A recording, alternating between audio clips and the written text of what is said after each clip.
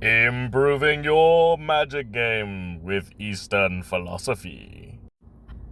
Part 4. We have moved on to have enough resources. And man, is this a rabbit hole.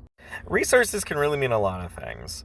It can be touched on in how you mulligan. What are you setting your beginning game up with? If your deck building feels good, but like your game is kind of having an issue, maybe you need to reconsider what is and what is not the right amount of resources for your deck. For instance, when it comes to my bouncing, blitzing baby boy, who reduces all of my spells and gives me card draw, I really just need an opening hand that has at least one 4-mana spell and 3 lands.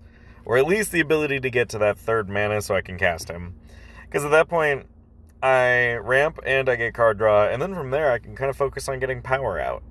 This is not the same for my Gorogoro and Satora deck that makes a lot of dragons and gives my stuff haste. I need more resources in this deck, but I still need to make 3 different kinds of mana on at least turn 3. So the differences between these two decks, while the commanders look like they add a bunch of power to the board and like they're 3 mana and they're all 3 of their pips, that really turns into something way different. But the end goal is the same. I'm trying to get power out and hit my opponents with said power. And those 2 examples give haste, but maybe you need a haste enabler. Maybe giving haste to your board gives you some extra power, which in essence is its own resource to getting to the end. And when you're evaluating decks, it can really play into how much synergy you put into the deck, how well each card plays with other cards. Because we have a randomized game that we don't know if it's going to pan out the same way. Drawing nothing but lands is really sucky in my Henzi deck. Drawing nothing but lands in my Gorogoro and Satora deck really isn't that bad, because as long as I have 1 or 2 creatures, I can kind of make my strategy do what I need to, based off of the construction of that deck.